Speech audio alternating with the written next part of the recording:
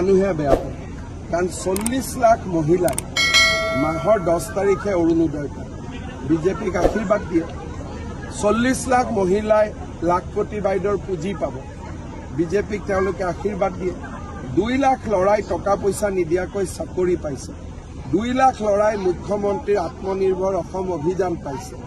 4 লাখ ছোৱালীয়ে নিযুত মইনা আঁচনি পাব এইবিলাক মানুহৰ আগত গৈ যেতিয়া গৈ বিজেপিৰ এগেইনষ্টত ক'ব কাৰ ভাল হ'ব কাৰ বেয়া হ'ব